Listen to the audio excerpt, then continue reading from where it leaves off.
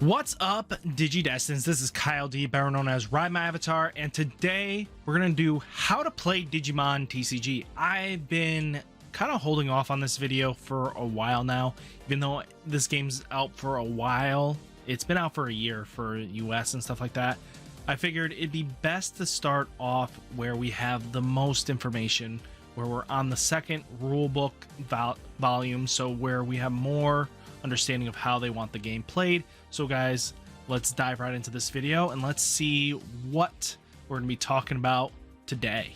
So key parts of this video we're going to be starting off with none other than starting a game of Digimon, turns and phases, keywords, and then a brief summary of all the colors in this game, so you guys can start getting an understanding of what decks you might want to build in the future. So let's go into building a deck. First off, you can have a 0 to 5 card Digitama deck or Digi-Egg deck. So you get to choose between the normal card game rules. Another thing that you need to know, you have a 50 card main deck, and then 3 card types in this game are Digimon, Tamers, and Options. They all provide valuable resources in this game so you can win your battles and win the game. So that's how you do it, and you can only have 4 copies of each number, not same name. So example, let's take a look at these two War Greymons, both completely different set numbers, but share the same name. Set numbers can be found here, and these will be circled. And then at the moment, Digimon only has 7 colors to work with: red, blue, yellow, green, purple, black, and white. Among the other colors, we have 3 main types, beginning with Digimon, Tamers, and Option cards. Well, let's take a look at Digimon cards. Sylphimon from BT08. I wanted to show this off because we are going to eventually head into where these cards will be important. So main thing about a Digimon is play cost, which requires cost to play the Digimon onto the battlefield. Then Digi-Evolution cost requires the Digimon to Digivolve into this Digimon. DP, which is a Digimon's attack power. When battling, this DP of both Digimon are compared, and the Digimon with the lowest number loses and is deleted. Digi-Evolution condition can be found on the Digimon cards. This is the requirement to Digivolve into this Digimon, consistence of 3 parts: color, level, and Digi-Evolution cost. Inheritables, effects that are activated when a Digimon becomes a Digi-Evolution card, and these effects are not activated when the card is a regular Digimon. So this little bottom bracket here does not activate. Also, you need to know is level, number shown at the stage of the Digimon's Digi-Evolution. Digimon can be Digivolved into a Digimon that is on a level higher than itself. Then you have types, one of the types of the Digimon. So usually Cyborg, or Holy Angel, or anything like that. Attribute, one of these types traits of a Digimon, usually one of the following: vaccine, data, virus, or free. Example we'll take is Sylphimon here. Since it's red and yellow, it can Digivolve into a War Greymon from BT5. Now War Greymon will have its inheritable, only that bar underneath here will be activated, and the previous wet effects are lost on the main card, so you cannot have all of that effects. As of set 8 of Digimon, we will have DNA Digivolving a Digimon using DNA Digi-Evolve stacks all Digimon specified by the Digi-Evolution requirements on top of each other unsuspended, placing the cards your Digimon DNA Digivolved into from your hand on top of both Digimon, and then paying the Digimon's Digi-Evolution cost. DNA cost, usually it is free. Then drawing a card from your deck as a Digi-Evolution bonus, and it eliminates summoning sickness, bonus effects given, and negative effects on Digimon when they combine as one in this DNA Digi-Evolution. So that's kind of huge, so that you kind of know that you're not going to be coming in with 2 Digimon with minus 2000 DP if it was hit by a yellow effect. Now they are more likely going to be on board, and now it wipes that whole effect off. And any bonuses that you gave it, let's say you gave it extra power by an effect, it would lose that because it resets that Digimon completely. Option cards, normally single use, has a play cost to play, must have the same color on the battlefield. So cards in the battlefield are raising to be activated to play this card. So Digimon and Tamers, that's usually applied. Options on the field does not count to the color requirements, so your delay cards do not count to this. So do not think that having a yellow option on board with delay will allow you to play your yellow option. The exception to this is if it is revealed in security, the option has the activated main effect. Added to hand will activate regardless of color. That's one good thing, is security is the only get around of this. Tamer cards, permanent cards on the field, no limit on how many you can have on the field. Their effects do combine and stack. There's no limitation on, how many stacking abilities can be placed. Cannot attack or block. Some Tamers do have inherited effects as a BT7, but can be used for evolutionary effects depending on the Digimon. So that's huge to know that you can now Digivolve with your Digimon on top of Tamers. And especially if they have inheritables, that means they get more power out of this deal. Raising area, breeding area, not part of the field. Basically a zone that's completely protecting the Digimon from effects or being attacked. And only one Digimon is allowed in this zone at a time. Digimon in the zone cannot attack, use Digi-evolution effects, or interact with effects from the hand or on field. They just don't interact with the card at all. It's kind of like a neutral plane zone that just happens to be there. Cannot be returned if you pull it out. You can't return it back to raising. There's no card effect yet that allows that. So let's take a look at Digimon fields. So we have 5 main areas to go over. This is the deck. This is where you put your 50 card deck goes most of the time. So raising area, breeding area, Digitama deck goes here, usually 0 to 5 cards. Security stacks the 5 cards from the top of your deck going this way. And then trash areas where you use Digimon, Tamers, or options go after they are trashed from hand, trashed from top of deck, destroyed off the battlefield, or even used up after the option is burned. Battle area where Digimon from raising and breeding area goes are played, and Tamers are played, and options are used / played. So this is where your delays will sit, where your Tamers will sit. So that's usually how that goes over your Digimon field. That's usually how that is. And let's starting a game. So first off, shuffle your deck, then place it in the deck zone. Shuffle your Digi-Egg deck, then place it into the Digi-Egg zone or Digitama zone. Put 5 cards from the top of your deck into the security stack without looking at them. That's huge. Determine who goes first by any random method. Rochambeau, coin toss, dice roll. Winner must go first. That is no exception. It's always a best 2 out of 3 game in English. Draw 5 cards from your deck. Then this is your starting hand, and then place the counter on the number 0 of the memory gauge player. And then heads up, there is no mulligans in this game, so you can't shuffle and put back bad hands just quite yet. So how to win a game of Digimon. So if you attack your opponent when they have 0 security cards remaining with a Digimon that has the ability to check security, if it is under the influence and has negative security or 0 security checks available to it, it cannot swing in for game. You must have the ability to at least check 1 security.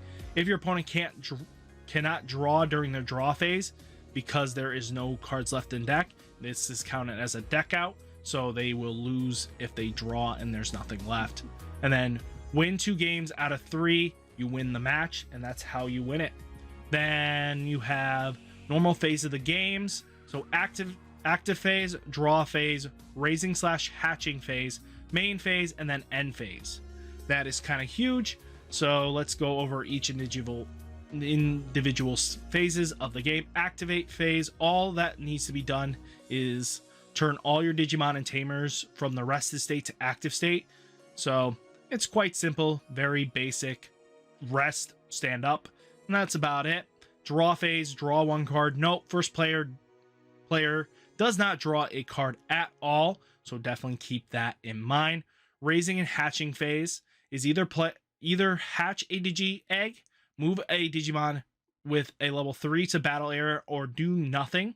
is kind of the options you have for raising sass hatching. The only exception to this rule is Mother Reaper, as it doesn't have a level, but it does have DP. She can come out, and she's not a level 3, but she does have the DP requirement to come out. So that is the exception to the rule. So definitely realize that as the game is going on, more and more cards are added to the pool that might change the rulings in the future.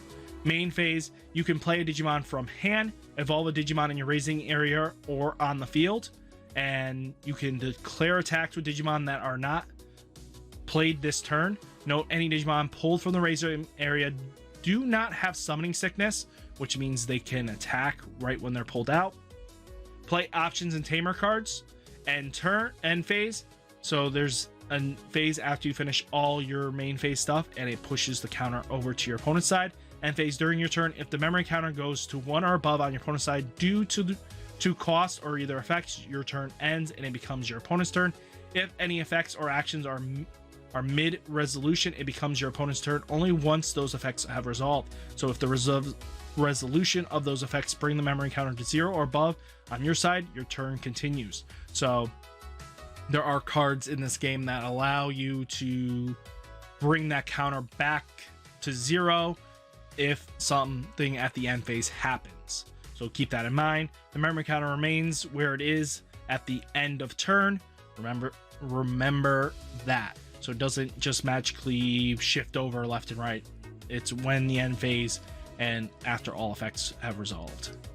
And let's talk about the memory gauge. This game uses a memory gauge system to pay the costs to play your cards. So you start at 0 at the start of turns, but for example, to play a card with a memory cost of 3, you need to move the memory counter 3 spaces to the right, and that's your right, their right. That's how that works. And then paying costs by moving the counter engaged to the right is how that goes. Opponent's turn, when engaged, goes past 0 to the right. So, and has a limit of 10. So if you want to play a 13 cost Digimon from hand, you need to have 3 memory to start with to play that Digimon full go. If you're at 12, you can't play a 13, you can only play 12, so on and so forth. So there are limitations. If you decide to pass turn, your opponent will automatically gain 3 memory, which definitely keep that in mind so that you don't get cheated out. So playing Digimon, let's talk about just playing the game in general. Paying summoning costs usually activates the on-play effects if the Digimon has one. All Digimon played are in active state. No limit on number of Digimon you can have in the battle area. Has summoning sickness even if you play by effect from trash, meaning it can't attack. So only way around summoning sickness is to have the keyword rush, and I'll explain what that does in a little bit. Evolve, so you can choose to evolve your Digimon through their cost, as mentioned earlier in the video. Digimon count as 1, so the stack is only 1 Digimon. You don't get it doesn't count as 2 Digimon if you Digivolve up. Always stacks climb up. When removed from the field, trash all cards underneath it, so that means bounce, destroyed, or shuffled back in bottom decked. So the sources do fall off if the top Digimon is removed in any way, shape, or form. Always draw when you evolve. Don't forget this. This is a major thing. A lot of new players forget to you draw when you evolve. That's kind of huge. Inheritables and when Digivolving skill activate after the draw. You don't activate them before the draw. For example, of an on play when Digivolving.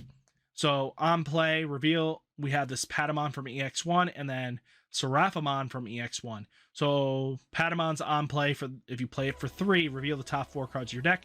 Add 1 Digimon with Angel, Archangel, or 3 Great Angels in their typing among them to your hand. Place the remaining cards at the bottom of the deck in any order. And then you have Seraphamon's when Digivolving trigger recovery 1, which is huge. So that's kind of how we have the differences between an evolving and then on play effects, so that you kind of have an understanding of what this does.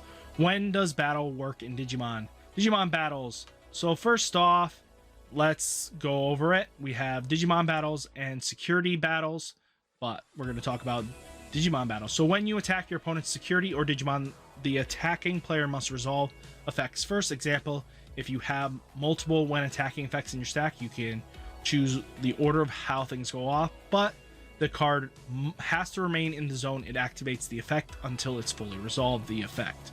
So important for on deletion effects, must first finish resolving first before your opponent activates any effects they have or take damage. Examples of blockers or Omnimon, the X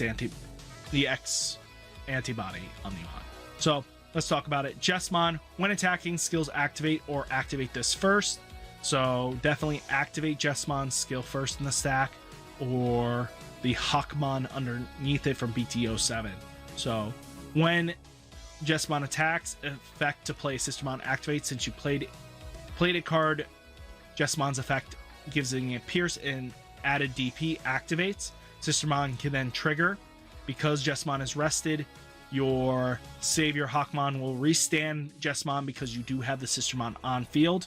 Baha Hawkmon will then be able to pop a 5,000 or less Digimon under this. And then Hawkmon from BT07, now reveal the top 5 cards of your deck, add Sistermon to your hand. You can either activate this one first, then Jesmon, or you can do Jesmon and then Hawkmon last if you feel like if you have a Sistermon in hand already.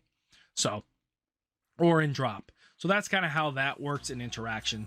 All these cards can be activated in any order if the conditions are met, but can miss timing if not done correctly. So remember, these effects can miss timing if they are done incorrectly or you move them out of the zone they're supposed to be. So remember that. Now that we have all the effects are resolved, your opponent gets to decide to block with their blockers if they have any before the damage is dealt with security or to the Digimon. So remember, they do have an option, or their effects activate, like example of X antibody, the version for Omnimon. It can trash evolutionary sources, and then your opponent is kind of stuck. Remember, you can only attack Digimon that are rested.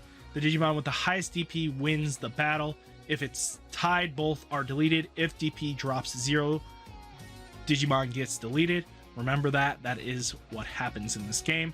So let's talk about security battles. Security cards are either Digimon, options, or tamers that are face down in security. When the security is attacked, flip security face up.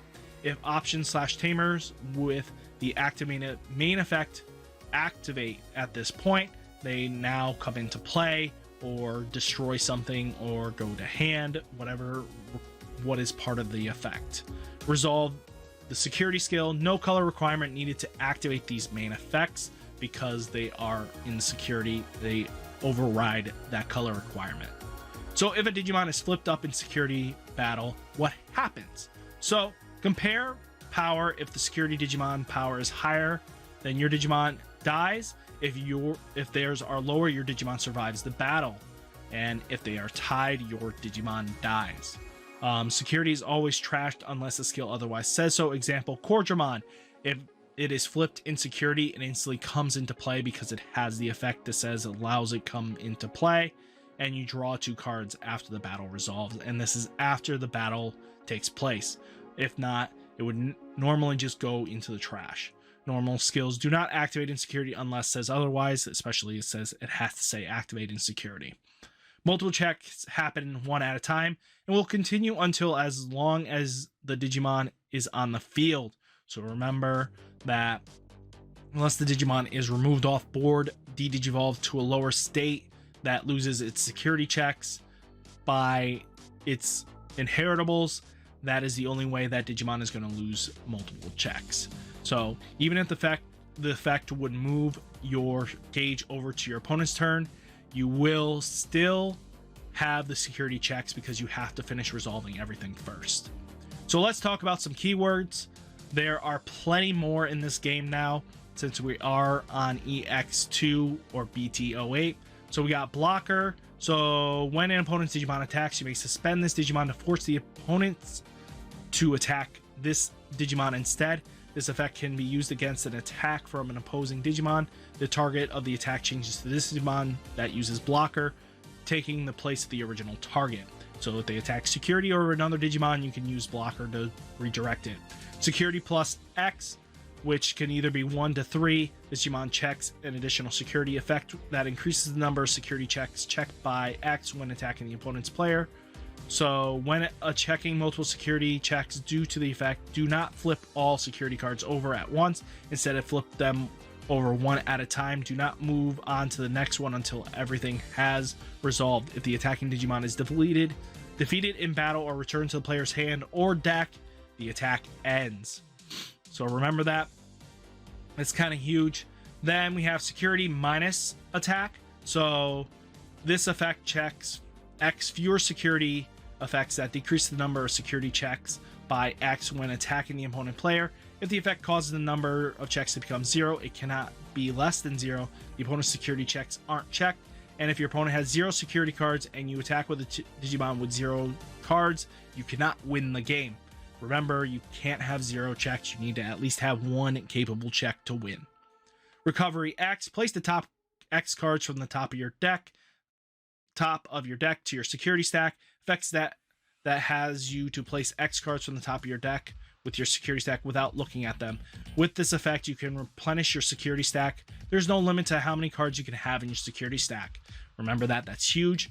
We have Piercing. When this Digimon attacks, deletes an opponent's Digimon, and survives the battle, this effect allows the Digimon to check an opponent's security after the battle if your Digimon defeats the opponent's Digimon and survives. This effect also works if an attack is blocked. However, it does not activate for battles with security Digimon.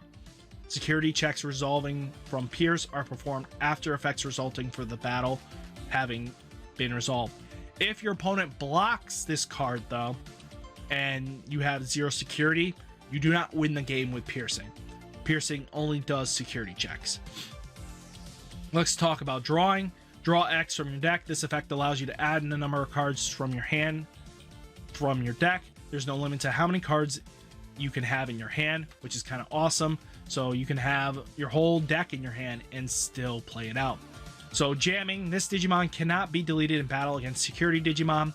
So Digimon with this effect will not be deleted if they lose a battle with an opponent's security Digimon. If a Digimon has security plus X effect that allows for additional security to be checked, that check will still be performed. So there will be more security, really combos extremely well with security plus X and jamming. So it'll really punish your opponent. Digizorption. When one of your Digimon digivolves into a card from hand, you may suspend one of your Digimon to reduce the memory cost.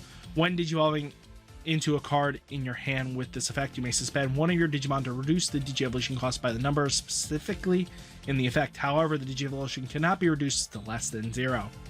And also, you cannot use Digizorption for your Digitamas. Digitama erasing area. It does not work that way. Sorry to say that. Reboot. Pretty self-explanatory. Unsuspend this Digimon during your opponent's unsuspend phase. Just kind of makes it so your Digimon will have a way of not getting swung at. And then Digimon with this effect are unsuspended during not only your opponent's unsuspend phase, but your opponent's unsuspend phase as well.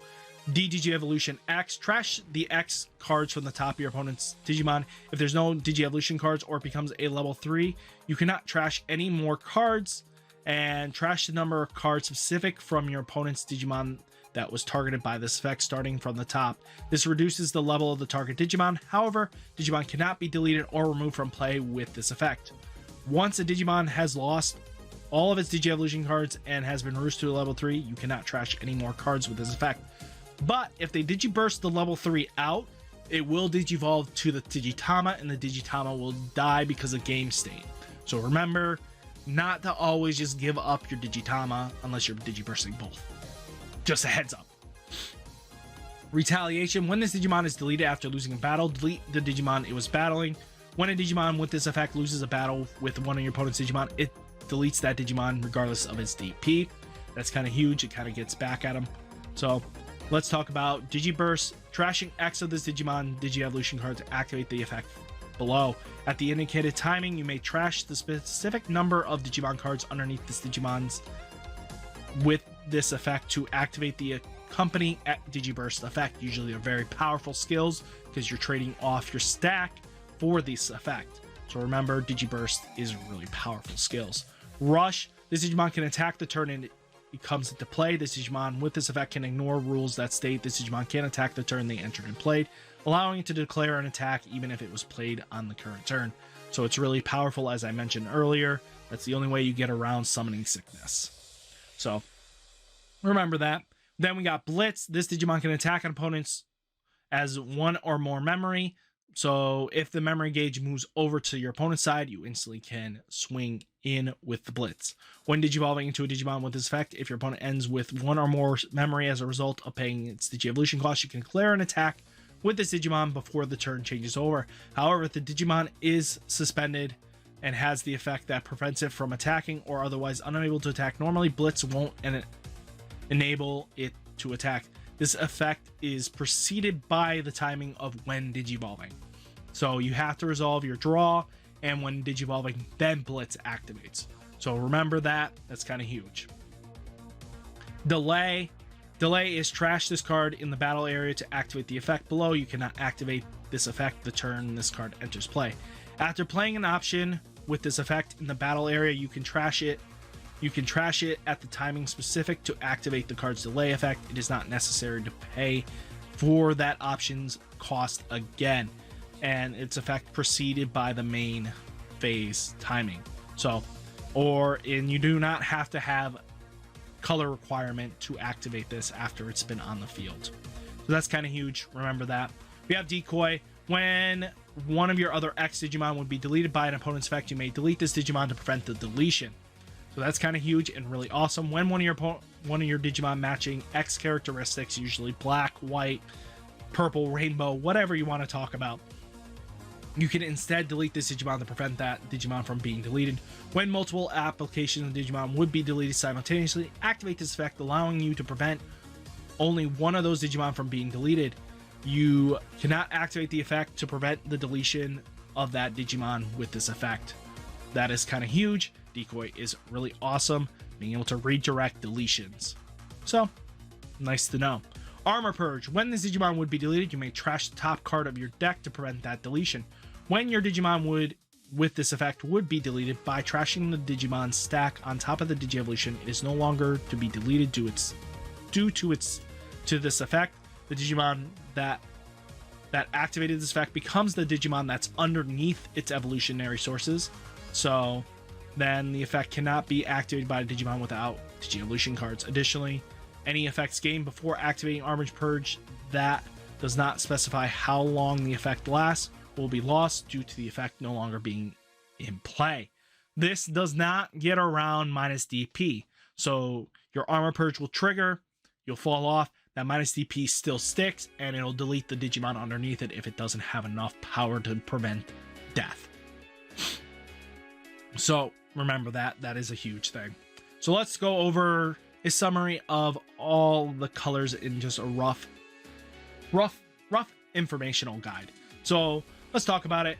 Red is known for being the aggro deck of the format. So it creates scenarios where multiple security checks will be added, plus security X being any number between 1 to 3, usually having effects with piercing to make sure damage goes through and check multiple security out of there. So even if they block or attack or rest Digimon, it just helps it out. Removing Digimon by taking out by DP requirements, usually by the Digimon's whatever.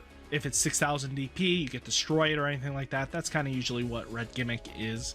It's just usually hit hard, hit fast. Blue is known for multiple attacks in a turn, so Digimon usually stand and attack again. Major keyword helps in multiple attacks is jamming. So jamming allows you to swing into security, not worrying about losing the battle with a security Digimon. Example, jamming Vmon swings into security DP of security Digimon is higher. Vmon survives because jamming protects it. Removal is kind of based around bouncing them to hand and returning to deck. Kind of makes it a little bit easier for you to get rid of bigger threats. Yellow is known for recovery security lost in game, minus DP of your opponent's Digimon to make them smaller or move them off the field in general because of game mechanics. They usually can swarm boards with smaller Digimon by their larger Digimon. The keyword really known for them is the recovery plus X, usually 1 to 2 recovered Removal is based on lowering DP to 0 and having them deleted by game mechanics, since Digimon with 0 DP cannot be on the board at all in the battle area. So just to know that yellow's kind of that gimmick. Green is known for rushing into their larger Digimon for cheap costs in a turn with the help of Digisorption, or being able to cheat in their Digimon for free value. So which rests on the Digimon is reduced for evolving costs of by X amount. They also use evolving sources as a cost for powerful effects to help control board state. With Digiburst removal, they do not have one, but they have abilities to rest full boards or rest annoying Digimon so they can swing into them later. Then you have Black, known for being the highest defensive deck, highest amount of blockers in game, most known for being able to de-digivolve opponents' Digimon to lower levels to help weaken and control the board. Till recently, they have been known as the weakest color, but with the help of the newer removal in the form of deleting by play cost, the deck has gained a stronger foothold in this meta. So good to know that Black has that kind of thing. Purple, known for using their trash as a second resources, cards that help remove threats off board by the way of trading smaller Digimon with the effect of retaliation, which if the Digimon with the effect dies, their Digimon survives the attack, the effect will kill it. On deletion effects help out a lot with this as well, since if you have it on deletion and yours dies, you will either gain draw power or you're going to gain power for your Digimon that you lost. So some way, somehow you gain a decent amount of advantage for this. Removal in the form of stacking your Digimon to pop one of theirs, or deleting an unsuspended Digimon is kind of huge. White is a lot newer in the form of support, usually helps color decks with more powerful Digimon in level 7 or Tamers, but they do have a few decks revolving around playing Digimon for free or lower cost. Eosmon being able to spam boards, Diaboromon being able to make tokens to spam the board, as well as the new set in Japan that has a really interesting playstyle called D-Reapers that allow you to play big Digimon for cheap. So White is gaining some traction in deck form. So guys, what did you think about this video? Remember, like, comment, subscribe, and I'll catch you in the next video. Peace!